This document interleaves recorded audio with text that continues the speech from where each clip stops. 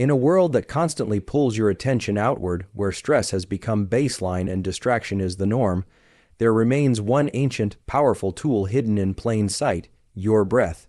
Most people think breathing is automatic, something the body does without thought, and that's true. But what most don't realize is that it's also manual. Breath is the only automatic process you can consciously control, making it your gateway to self-regulation. That's not philosophical, that's biological design. Of all the systems that keep you alive, your heartbeat, digestion, hormonal rhythms, breathing is the only one that runs on autopilot and yet yields to your command at any moment. That's not an accident, that is a divine architecture built into the nervous system itself. A design so intelligent, it gave you a backdoor key to the most ancient and powerful functions of your own biology. And most people walk through life never touching it, never knowing that every state they want, calm, courage, clarity, control, is accessible not through the mind first, but through the lungs. When you are born, the first thing you do is inhale. When you die, the last thing you do is exhale. Everything in between is a rhythm, a cycle, a pattern that not only sustains you, but shapes you. And that pattern doesn't just oxygenate the body, it speaks to the brain. It tells your brain what kind of world you're in. A slow breath tells it you are safe. A shallow, rapid breath tells it to prepare for war. That signal is received in milliseconds. Your breathing is not a background rhythm, it's a command system. And when you take control of it, you intercept the autopilot that drives your stress, your distraction, your despair. In moments of fear, your breath shortens. In moments of doubt, it becomes erratic. But in moments of power, true embodied power, the breath becomes deep, measured, deliberate. That's not coincidence. That is the nervous system aligning with intention. That is physiology submitting to purpose. And you can train it. You can take what is automatic and turn it into a skill. You can take what was once reflex and forge it into discipline. Because breath is not just about air, it's about access. It is your manual override. Think about this. Every fear, every hesitation, every reaction you've ever had was first written in your physiology. And the breath was there in every one of those moments, either reinforcing the chaos or anchoring the control. You don't need motivation to change your state. You need breath. You don't need to escape your emotions. You need to lead them from the inside out. The breath is the beginning of that leadership. It is the sacred mechanism that links spirit and body, thought and action, brain and behavior. It's not soft, it's not passive.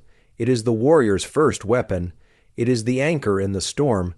It is the biological covenant between what you feel and what you choose to become. You don't rise by suppressing your stress. You rise by mastering the system that generates it. That mastery begins when you stop letting your breath react to your state and start using your breath to define it.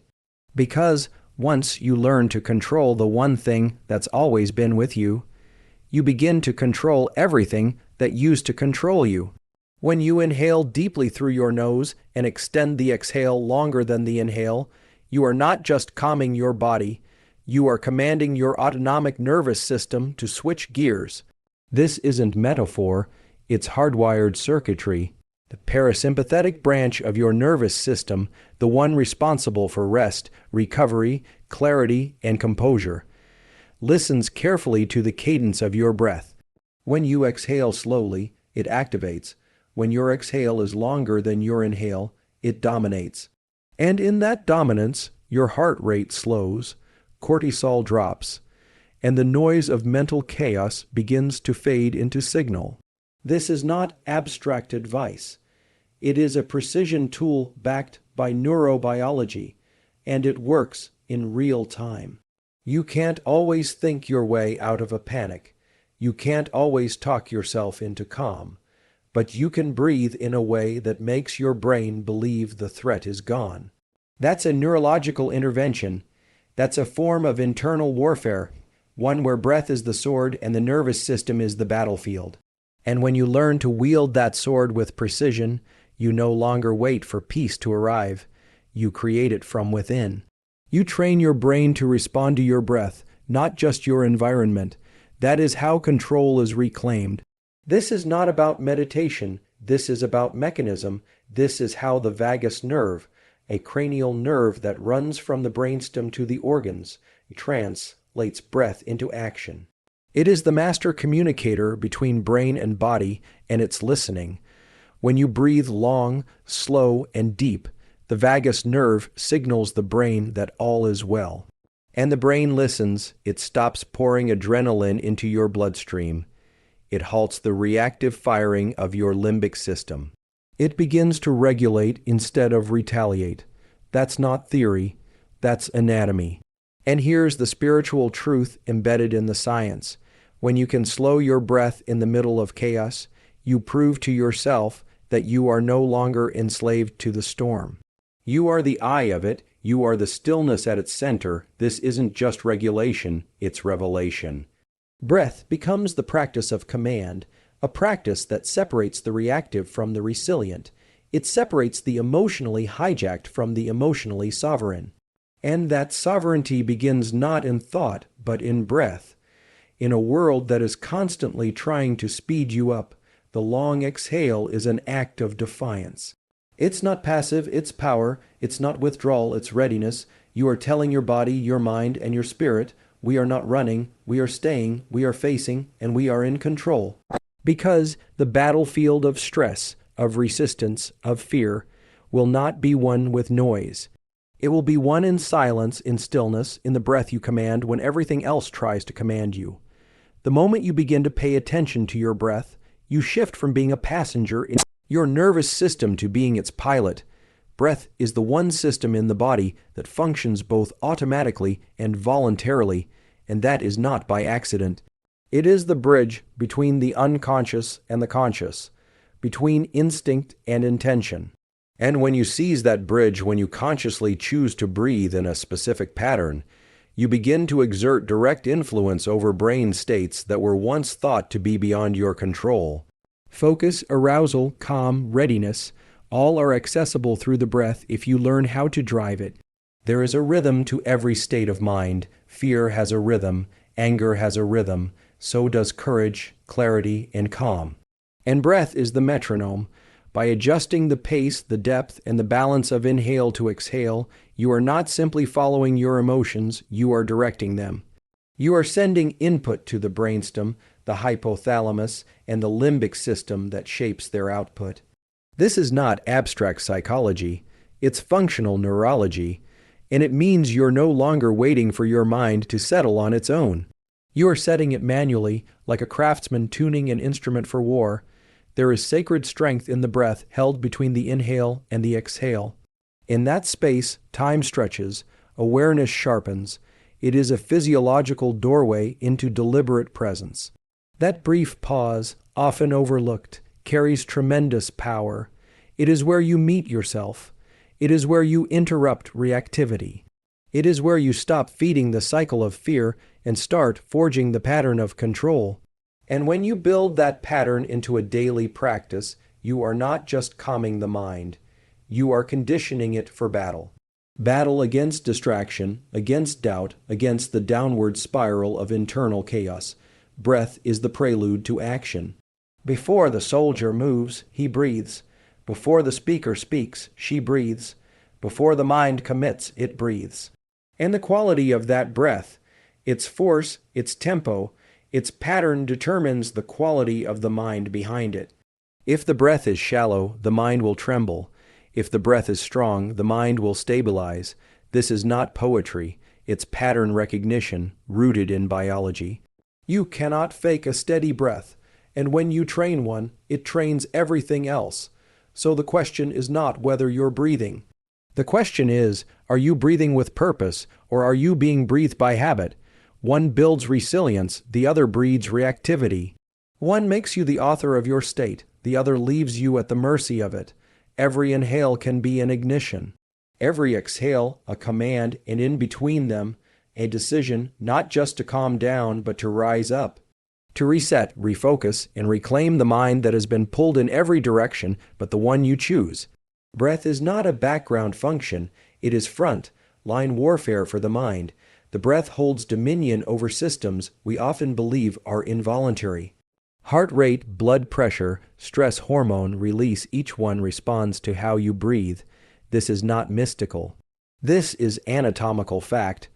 When you extend your exhale, you activate the parasympathetic nervous system, which signals safety to the brain and lowers arousal. When you take sharp inhales, you activate alertness through the sympathetic branch. It's a lever system, biological switches. Most people pull these switches accidentally, but the one who trains the breath pulls them with authority, reshaping the body's stress response from the inside out. This means you are not at the mercy of your environment. You are not enslaved to how the world stimulates you. You have, at every moment, a built-in mechanism to turn the dial up or down. Breath is the control panel. It doesn't eliminate challenge. It prepares you for it. It doesn't remove adversity. It stabilizes your response to it. That is the difference between someone who reacts and someone who regulates. One gets swept away, the other sets the course. This is not reserved for monks or mystics. This is neuroscience. This is neurophysiology, and it's available to anyone who trains it. The body is not weak, it's untrained. The mind is not chaotic, it's undirected. And the bridge between chaos and clarity, between disorder and discipline, is the breath. To command it is to command the system, because when you slow the breath, you send a signal upstream to the brain that you are not under threat. And in that moment, your cognition returns. Your prefrontal cortex comes back online. That is how you make high-quality decisions in high-pressure environments, not through talent or instinct alone, but through physiology honed under pressure. If you study elite performers, warriors, athletes, rescue operators, you'll find breath training at the core of their mental conditioning. Not because it's trendy, but because it's timeless. There is nothing more ancient, more intrinsic to performance under pressure than breath control. It predates speech, it predates conscious thought, and it speaks the same language to your brain today that it did to your ancestors. The language of survival, of clarity, of readiness, and that language is still written in the body. The question is whether you've learned to read it, to wield it, to sharpen it like a blade. Every situation that threatens your focus, your clarity, your composure, it starts with breath. You begin to lose it, it shortens, it tightens. That's the body sounding the alarm, and you can either obey that alarm blindly, or you can reset the system. You can break the loop. You can choose to inhale deeply, to exhale slowly, and in doing so, rewire the circuit of fear into a circuit of focus. That's not mental trickery, that's biological command. That's control over the levers of your own experience. And no one can give it to you. You earn it in practice, breath by breath, moment by moment. When you experience chaos in the mind, it is almost always preceded by chaos in the body. And at the center of that chaos is the breath. Most people are operating in a state of chronic low-grade stress without realizing it because their breath is shallow, erratic, and unconscious. And yet, the breath is the only autonomic function that you can take voluntary control of. That means you've been handed the keys to the operating system, but most never use them. They walk through life locked out of their own internal power, unaware that one deliberate breath could reroute their nervous system, reframe their focus, and rebuild their resilience from inside out. It begins with awareness. Noticing the breath is like switching on a light in a darkened room. You realize the pace, the rhythm, the depth, or the lack of it. That awareness is not just observational, it is transformational. Because as soon as you notice it, you can change it. And when you change the breath, you begin to command the chemical and electrical state of the brain. You can increase noradrenaline to sharpen focus or decrease cortisol to dissolve anxiety. You can stimulate dopamine to build drive or serotonin to restore peace. The breath is not a symbol of life. It's the architect of it, the warrior, the thinker, the creator. Each must return to the same tool. Because grit without regulation leads to burnout. Focus without control leads to obsession. Power without peace leads to destruction. And all of these collapse under the weight of an unmanaged breath. But with breath control, there is precision. There is composure in chaos. There is clarity in uncertainty. And that is what separates the amateur from the master. Not just how hard they go, but how still they can remain when everything is moving around them. To train the breath is to train the will. Because when you override the natural panic of holding breath, or when you slow the exhale in the midst of stress, you are not just changing physiology, you are forging discipline. You are stretching the boundary between stimulus and response, and the wider that space becomes, the more control you gain. Control of emotion, control of decision, control of trajectory. That's not abstract. That's neurological real estate being carved out through daily, intentional, uncomfortable practice. And what emerges on the other side of that practice is not just calm, it's command. The type of command that allows you to walk into difficult conversations, to enter intense environments, to face moments of fear, pain, or fatigue. Not with reaction, but with response. Because you are anchored not to circumstance, but to control, and control lives in the breath, not in your thoughts. Not in the environment, in the breath. It is the only tool that moves with you everywhere you go, the only tool that listens to your command in real time, and it is the only tool that, if mastered, can transform the mind from a battlefield into a sanctuary. Your breath is not just air moving in and out. It is a signal, a code, an instruction to your brain. Every inhale sends a message. Every exhale executes a command. When you breathe shallow and fast, your brain interprets threat, even if none exists. When you breathe slow and deep, your brain reads safety, even if chaos surrounds you. This is not philosophy, it's neurology. The vagus nerve, a critical highway between body and brain, listens intently to the rhythm of your breath. It doesn't ask why you're breathing that way. It assumes that if you're breathing like you're under threat, then you must be under threat. And it reacts accordingly. It floods your system with stress hormones, accelerates your heart rate, narrows your vision, tightens your muscles, and pulls your focus toward survival. But what if you're not actually in danger? What if you're just sitting at your desk? What if you're just thinking about the future, scrolling through your phone, or having a disagreement with someone you love? Your body doesn't know the difference because you've never taken control of the breath, and this means you are reacting to life based on a physiological lie.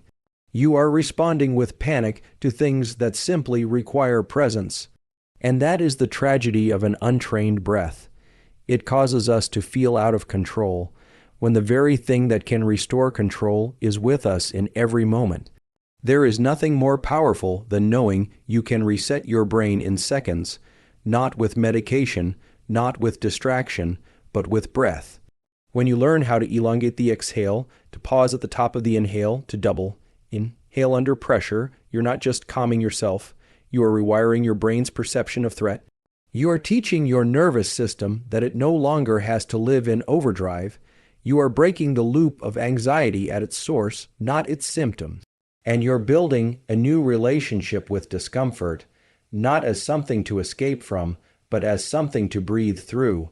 This changes everything, because now stress becomes training. Conflict becomes an opportunity for regulation.